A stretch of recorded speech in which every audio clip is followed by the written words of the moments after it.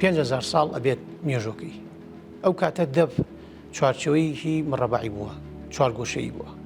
دوایی تەنەقولی کردووە گواستراوەتەوە ناو میسرەکان ئەوان ئەم دایریان بۆ دروستکە کە ئێساکە بکە و حەڵقەیەکی دەپێکی خڕ 1300 ساڵ پێش زاین میسرەکان دەستکاری ئالەتی دەپیان کردووە لە مڕەبع و گۆڕانە بەخڕ. دوایی هاتوۆتەوە بۆ ناو عالمی ئیسلامی وردەوەدا لە سەردەمی ساسانەکانە ئەوان ئیشانتیان کردووە و وردە ئەم دەفە هاتوۆتەوە بناو چۆتەوە بۆ ناو ئەوروپا بۆ ناو یۆنانیەکان لەوێ ئیشی تیاکراوە. ئەمە وەکو مەسەلەیەوە لە کوردستانی خۆمانە بە زۆری لە ناو منتیقەی ئیلام ئیش لەسەر دەبکراوە.